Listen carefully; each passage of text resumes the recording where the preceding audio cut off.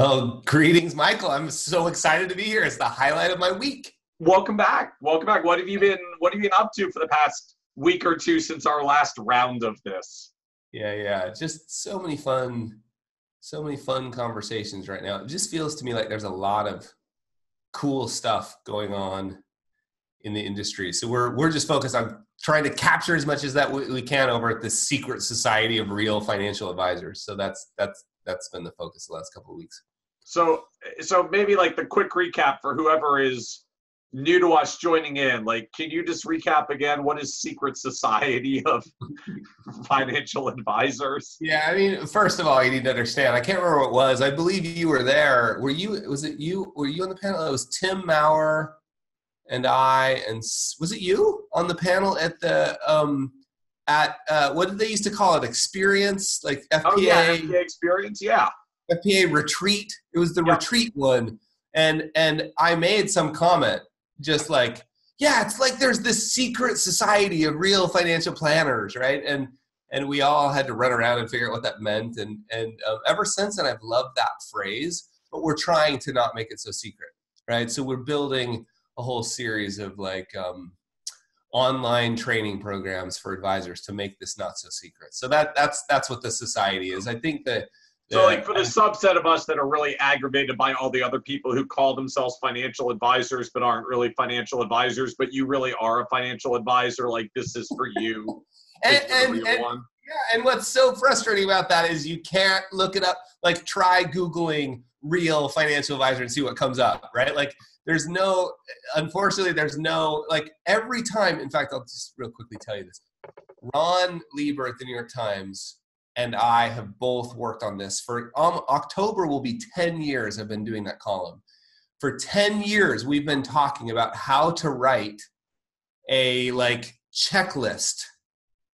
You know, like here's how to find a real financial, whatever you want to call them, planner or advisor, which we're going to talk about in another episode. But here's how to find one. And every time we write that column, I think Ron's made 2 attempts in 10 years. Within a couple of weeks or months, somebody who checks all those boxes is in the news stealing money from little old ladies, right? So that was the frustrating thing, is it's like we can't even say, you know, get your CFP, although the good first start, right? Good first start. It's a good sign. But Yep. unfortunately, there's no checklist that out of the bottom falls honest or ethical. So that's why I started the society, because I'm the one that started, so I get to define it. It's people who I would send my mother to. Right? That's how you find out. I That's like how you that. find out. I feel like this whole discussion may have to actually turn into an episode of its own someday of just, we can either talk through or crowdsource from our collective advisor audience here, like, how do you make that checklist of the real financial advisors? Yeah. But actually, so for today, I almost want to talk about this from the other, like the opposite extreme, which is the real financial advisor who's actually doing this and doing this so well that they've got the problem with from the other end, which is you're a real financial advisors and too many good clients are finding you and you're running out of room. We talked about this, I guess, indirectly for the past couple of episodes of, you know, what do you do with your time and how do you be more efficient with your time? And if you get more efficient with your time, what are you going to do with it? Are you going to take more vacation? Are you going to go get more clients? Or what's your balance? Like, what checks the box for you? Right. But as we touch on, you know, for some people, it's just grow, and more power to them. And for some people, it's not. Right. And, you know, most of us can only handle a certain number of clients before we either run out of time in our week or run out of just room in our brain to keep track of all these different client relationships. And so when we hit capacity, I find most advisors have a real challenge with this because I just don't have any room to take on more clients. And I don't want to hire someone and deal with all that stuff. But I don't know what else to do because these people, like, I built this relationship with them. They work with me. They depend on me. Sometimes, like, they took a chance on me early on because those usually tend to be the ones that are the smallest with the least income or dollars or assets. You know, I don't want to give up on them. They didn't give up on me. Like, we get wrapped up in all this stuff where suddenly there's no option left, but I just can't grow or help anyone else or do anything else because I don't have any room left for more clients, and I can't let go of any of them, any of the ones I've got now. Yeah. And so I think the question for today, or the discussion for today, is if you want to free up a few more slots in that client roster for yourself, what do you do if you want to transition some clients away? And I'm going to at least assume for a moment, it's not just a bad client that you just want to fire because they're mean to you or unpleasant or all that, right? Like, if you got a whole bunch of pent-up rage to fire them, like, just fire them. It'll be okay. But I was like, these are good people. Maybe they're not the most profitable client. Like, these are good people. They started with me early when no one else did. They've been with me throughout. How do you outgrow someone who took the risk on you early on? Yeah. And I think it's so a couple of things I just want to clarify. One, we've covered this in a past episode. Like, there's nothing wrong with you could just call yourself done.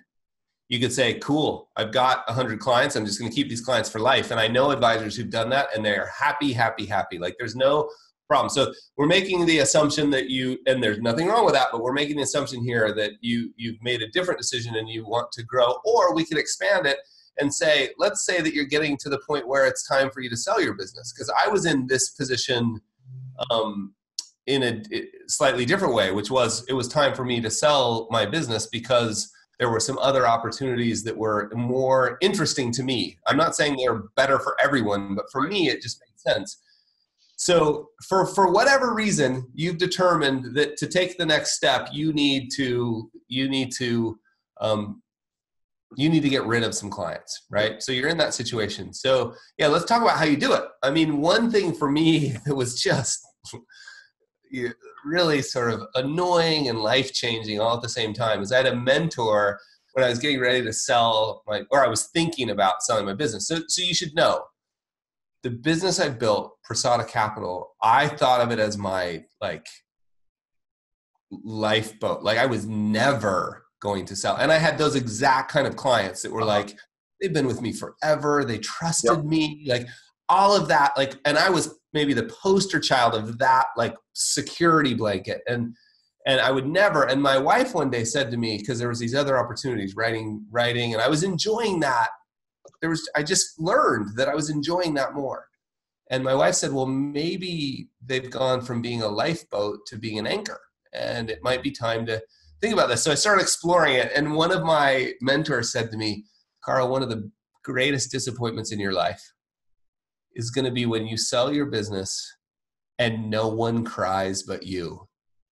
I was like, well, that's kind of harsh. So so option one about how to let go of some clients if you've got too many, you need to free up room for growth. It basically just amounts to get over yourself.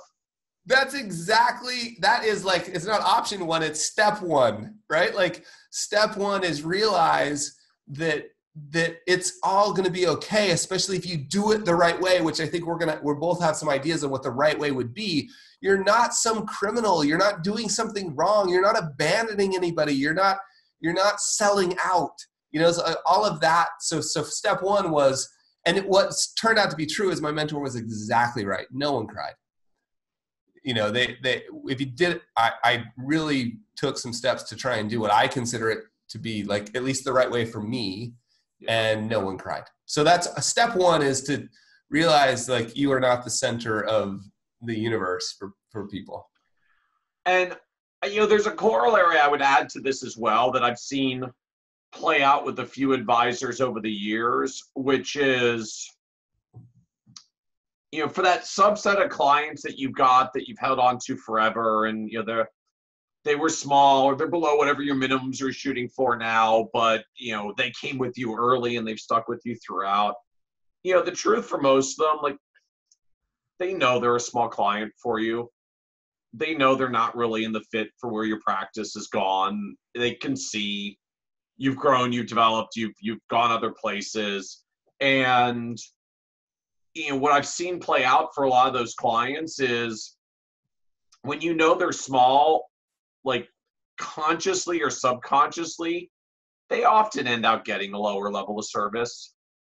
They're not the first phone call you return when you come back from lunch and there's 3 of them. You return the big client's call first. They're not the first email you respond to. They're the ones that you schedule to fit in around all of your other clients.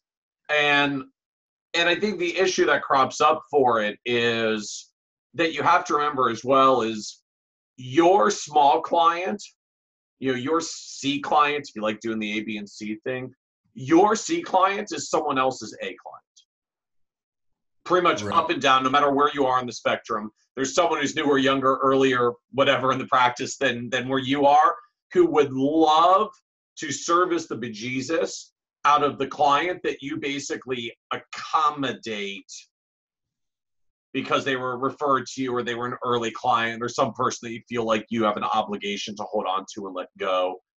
And so maybe it's a sort of a second version of this. Don't kid yourself. They're not going to cry when you say you're moving on. Is don't kid yourself if they're really not a fit and you're maybe consciously or subconsciously not exactly giving them the highest level of service anyways. Send them to someone who they really would be a star client because it's out there for someone, and that person will service them better than you. Yeah.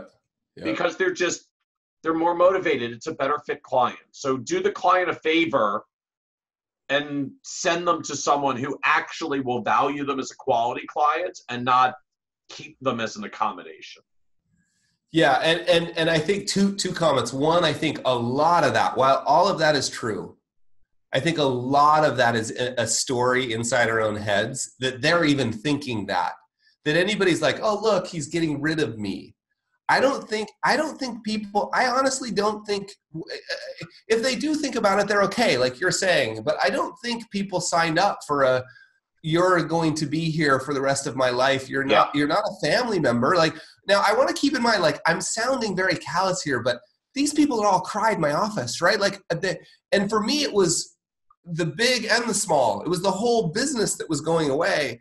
And it was the same thing though. It was clear that my heart and mind was somewhere else and that I was doing them a disservice by not getting them to the right place. Right. So I think that's the next step is you start thinking like, okay, how can I best serve these human beings? And if the best service I can make to them is like, okay, let's find a new home for them. And then remember that I think part of that getting over ourselves is this inside baseball story where we think they're looking at us and going, oh, I'm too small for you, or oh, I'm not big enough, or you're jettisoning me, or you're firing me. I think a lot of that is just our own story. Yeah. So if we think like, all right, here I've got this pool of clients. So we can think of it either way you want. Like you're selling your whole business. So there's some clients, if you were staying in the business, you would keep anyway. Like I had a group of clients that I wasn't looking to get rid of any of them, right? Or you've got a pool of clients that you're like, look, I want to make room on the upper end, so I got to get rid of this bottom end. Either way, I just think to me, the right way to do this is to treat this as if it's like I would use the F word, right? I would say, look, like that you have a fiduciary duty. Oh, that F word. It's like I don't have any other ones, by the way. Just what F word is coming into this conversation where you're not going to work with the client anymore? My mom may watch this. I don't have any other F words. So the fiduciary word, which is like you have a duty. I viewed it as a duty. Like I'm going to go hand in hand with this group of clients, and I'm going to find them a home. I'm going to interview people. Whether you're selling that, and by the way, selling it sounds like, oh no, dirty, that's terrible. No, it's a business. It's okay for you to get compensated for this transaction, right? For this transition. So especially if you're selling your whole business, but even like a pocket of clients. But your job is not to find the highest bidder. Your job is to find the best fit for the client. And I think if you approach it that way, it makes the next steps about like, and we're going to get to that, like how do you talk to the clients about it, much easier, if you take it as like, okay, I'm walking hand in hand. My job is actually to interview advisors and find them the best. Like I always joked, I treated it like I was trying to find a planner for my mom. Yeah. Right. Like that's how serious I took it. Yeah. I think it's important just for people listening to remember, if you're in this situation, like you're not just kicking them to the curb, or at least it's not particularly the method we recommend here. Like, right. You know, if you're concerned of, oh my God, if I let them go, will they be able to find another good advisor? Then help them find another good advisor. Like, you can be part of that process. And I think you should be. If you know even a little more about the business, you can maybe find one where they'll be an A client to whoever it is that you refer them out to. Yeah. Now, I will admit the other direction that, you know, we've even done a few times over the years in our practice, particularly the firm I was at before where I am now. We would handle this by increasing our fee, or actually for a lot of clients, just setting a minimum fee. Not necessarily minimum asset, because like I know you don't have the assets because I know what your assets are. Just saying a minimum fee. So, you know, as opposed to saying, okay, we're going to have a $250,000 minimum, and I know you don't have $250,000. I'd say, like, look, in order to serve our clients well and do all the things we do through the year, you know, we need a minimum fee of $3,000 per client. So, you know, you've only been paying $1,700 because you've got a smaller account. So, you know, to continue working with us going forward, this is going to be the standard minimum fee for all of our clients. In order to, you know, if you pay that fee, we'll do the annual planning process and the reviews and manage your portfolio and rebalance, loss harvest, like all the things you want to put in there that you do. But you say, look, this is our minimum fee to service a client. If this is valuable to you at whatever assets you have, we are happy to continue with you as a client. And if this doesn't work for you, we will find you someone else who's a better fit. And you know, I didn't realize it early on until I had sat in with the senior advisor that used to do this and watch him go through this process a couple of times. The reason why it works so well is he never had to let a client go. They fired him. Yep. Like, my minimum fee is $3,000. Well, I don't think we can pay $3,000. Okay, it's cool. I'll help you find someone else. Like, yep. He didn't have to tell them, no, I'm not going to work with you anymore. He just said, I know my value and I know what I need to get paid to deliver the value that I deliver. And if that's not worthwhile to you, you can fire me. It's okay. I won't be offended.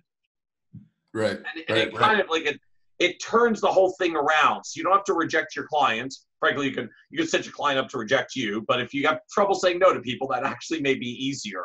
I think it was for him.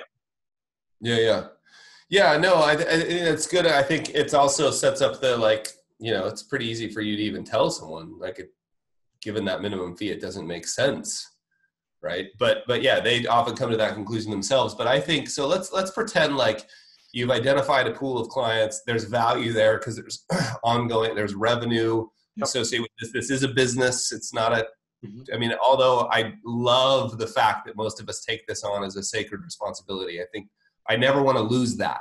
But there's parts of it where we have to separate that for a minute and just say, okay, the cold hard fact of this is I need to free up this pool of clients. Let's say it's 25 or 50 clients that I can go out and find another advisor. Like for me, a big firm bought my firm, and we went through a process of trying to make sure we were lining up with the right advisory team within that firm. And in some cases, we sent clients to different advisory firms based on the fit. But I got to the point where I was like, one of the advisors that took over most of my clients, his name was John. John was doing a better job than I was ever going to do. Like, John is a real financial planner, right? Like, and he was doing an amazing job. And so it was really easy for me to say, so we've got this pool of clients, we sit down. So what do we actually say in that meeting? if you don't change the minimum fee, you're actually going to transition these clients to something else. In that meeting, I don't think it's really, even as I'm preparing to say this right now, I can feel it feeling a little scary. But it's not, right? No one's going to cry. And so I think sitting down and just simply saying, hey, we are changing the direction of the firm. And it's become really clear. And this is, by the way, no reflection on you as a person. Like, you didn't do anything wrong or bad, and neither did I. It's just as a firm. And one of my friends worked at a big, well, not a big firm, but at a really high-end firm that used to be a partnership and is now publicly traded. And I remember when I asked him about this, he was like, because we go to the same church, and I was like, when people at church ask you for help, because then you got the whole church thing. When people at church ask you for help, and because their minimum was like $50 million or something, and you're like, that they aren't. And he's like, well, it's a business. We can't do that, right? Like, that's like asking a foot surgeon to operate on a brain, or a brain surgeon to operate on it. It just doesn't work. So it's easy to say, look, the firm, we're going in a slightly different direction. And it's no longer going to be possible for me to spend the time and energy that needs to be spent with you to make sure that you get the success, the outcome that we were hoping to. And so what we're doing is we want to actively find you an advisor that would be better suited. And there's a group of about 50 clients that's true for. Now, it makes it a lot easier if this is a junior associate, because then there doesn't have to be a big conversation. Right. John's sitting in the meeting. John's sitting in the next meeting. Carl's no longer in the third meeting. Yeah. Right. And that, again, nobody cries. Like, in fact, nobody even comes close to crying there. So to me, and then it's like, maybe you've already found the person. You found your version of John for me. And I can go to clients and say, the good news is, right, firm's going in a different direction. Yep. The good news is we found somebody who will be amazing. His name's John. Obviously, you have a choice here. So I wanted to talk to you about John, walk you through why I think it's a good fit. And if you approve, I'd love to facilitate an introduction, and I'd like to sit in on that meeting. That's how I've seen advisors do it most successfully. Yeah, the other path we've gone is, so kind of similar thing. The firm's going in a different direction. Hey, we need to change this kind of angle. Is with a few clients of theirs, we've just had to sit down and say, look, I just don't think we're a good fit for you and where you are. Right. Right. It's not about you or us in particular. Like, we're just not a good fit at this point. In some cases that's, leads to another direction thing. We're really focusing right now on working with retirees, and, you've been working with us for a bunch of years, but you're 42 years old, and, we helped you with some things for your college plan for your kids, or, whatever it was that made them an accommodation client. Like, look, we're focusing on retirees. We're not a good fit.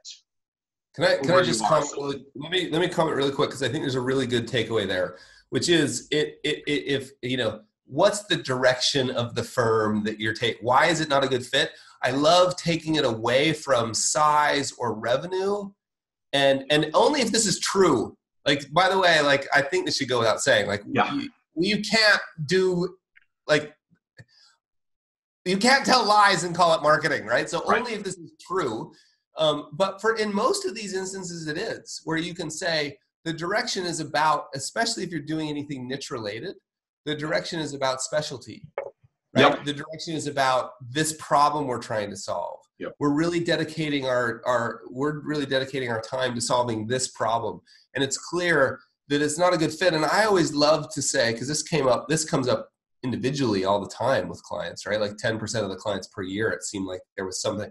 Like, we just say, look, and I made a commitment to you that I would be the first person to tell you if it wasn't a good fit, right? Because I care about you and the success that we've talked about. So we're going to help you find somebody where that is a good fit. So I really love that idea, if it's true, that this isn't about necessarily, It might be about revenue, but you don't need to talk specifically about revenue. You can talk about like, you're too small, you need to get out. That's not what we're saying. What we're saying here is we want to make sure, right, that the direction of the firm is aligned with what you need. And if it's not, we need to tell you. I almost think you have a duty to do that. Right? A duty to find somebody else if you aren't servicing somebody, independent of why. Yeah. Now the other angle is, I will say, and I've talked to a few advisors that do this.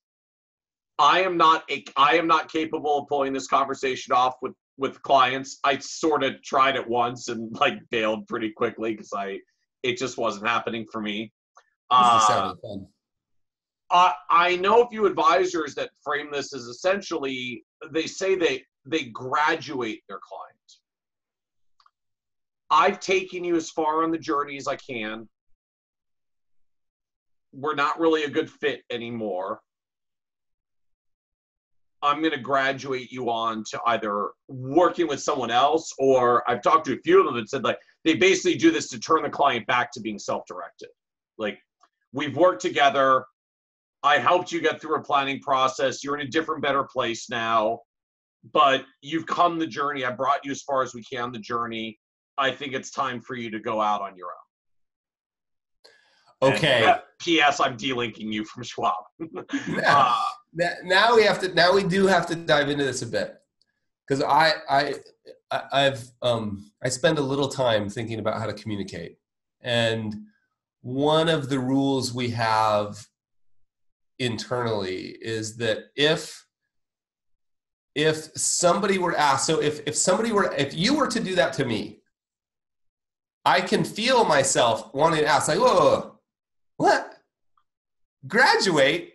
Like, wait, what are you talking about? Like, what do you, Yeah. and so then if I feel like it gets used as euphemism, like, it's a not subtle thing to read between the lines. I'm basically saying I'm firing you. I just literally on the spot came up with a better euphemism like graduate, but it's not that hard to see. So you can't do that. If you have success doing that, more power to you. But here's the problem is if a client says, whoa, what are you talking about?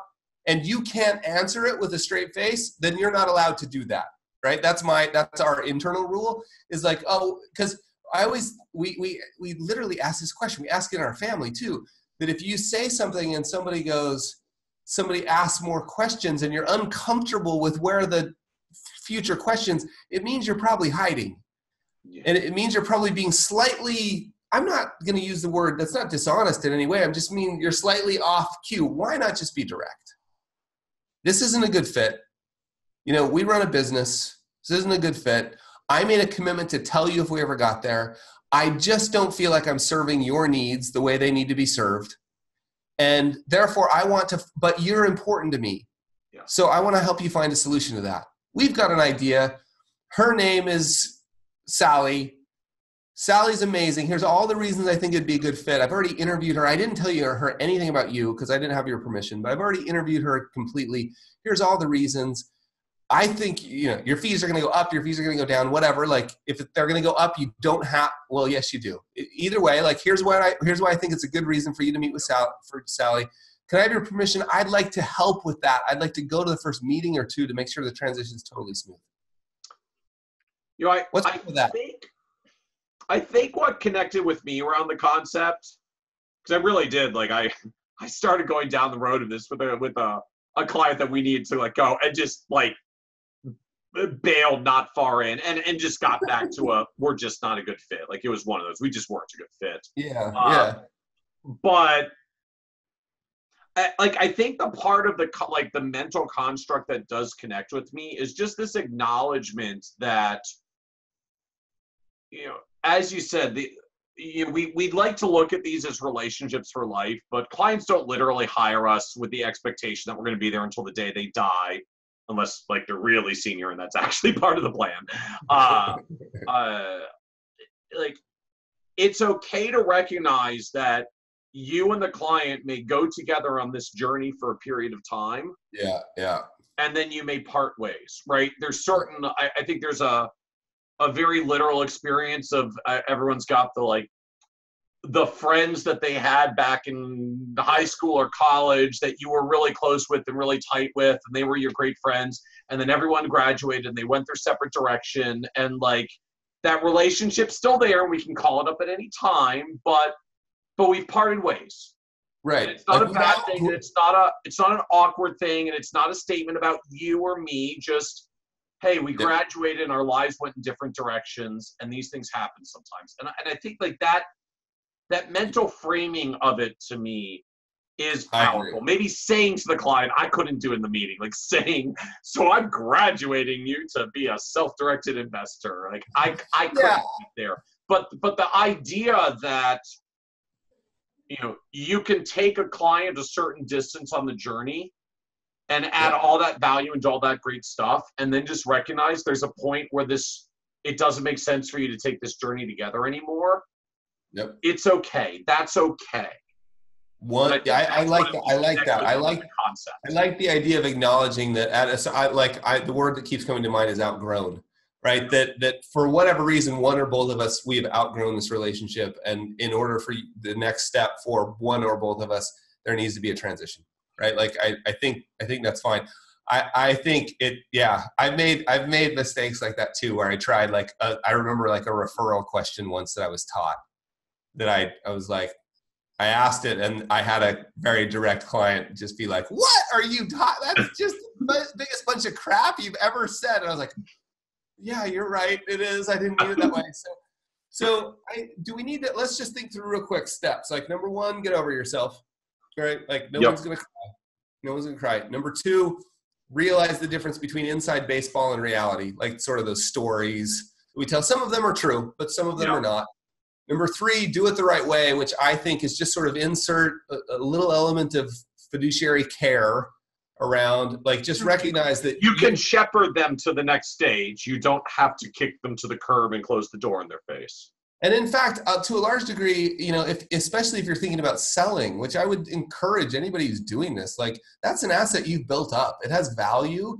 I think if you're thinking about selling, you're most likely it's in your enlightened self-interest to make sure that relationship transitions. There may be an earn out where the client has to stay around for 2 years in order for you to earn all the money. So I'd even structure if you're selling a piece or the whole business, structure the relationship where you feel like you've still got skin in the game to make sure that goes well, that all the words that are coming out of your mouth are actually true, not only because you're a good person and you tell the truth, but because your interests are aligned with them, right? So you've got a duty to do this. That's the other piece of that duty is if you've outgrown and it's time for you and or the client to graduate, you've got a duty to do this. Go find the right person, use some of the language. Hopefully there's some language in here that's been helpful. Use some of that language and make it happen. And then call me if somebody cries. I'll help you. If someone does cry. Yeah, I'll help you. I can help you. Which you're only making the promise because you're convinced no one's going to cry. Yeah, exactly. I'm not going to get that phone call. It's not going to happen. Well, I like at least how this came full circle from, we started with, you know, what do you do if you need to let go of one of these clients? And we've ended with just sell them and get paid for it, but do it nicely. Well, do it the right way. Like, see, there's that again, you're pointing at the story that we tell ourselves, which as soon as you say it that way, I feel the same way. Like, did I just do something dirty? And you're like, no, that's part of the story. Yeah, in the end, this is a valuable asset that you've built. You know, selling my firm was life-changing for me financially. And by the way, my clients write me and tell me they're so thrilled. Yeah. Right? Like they're getting better service. Their fees, in most cases, in no case did they go up. In some cases, they went down because of scale. Like everybody's happy. There's nothing wrong with that. Well, I think that's a good place to wrap up. Everybody's happy and there's nothing wrong. That's right. Well, a friend of mine told me that the other day. He said, there's nothing wrong with being happy. I'm like, yeah, that's true. Amen. Amen. I like that. Thanks, Michael. Well, thank you, Carl. Thanks for joining in again. Yep. Oh, and by the way, let's just make sure everybody knows wherever that box is. Like wherever the comments box is below. We literally love your feedback or thoughts. If you figure out how to graduate people successfully, let us know, because we both want to know how that conversation actually goes in real time. For sure. And we take those pretty seriously. Before we started this episode, we actually reviewed a bunch. So yeah, we love them, send them. Awesome. Thanks, Michael. Thank you, Carl.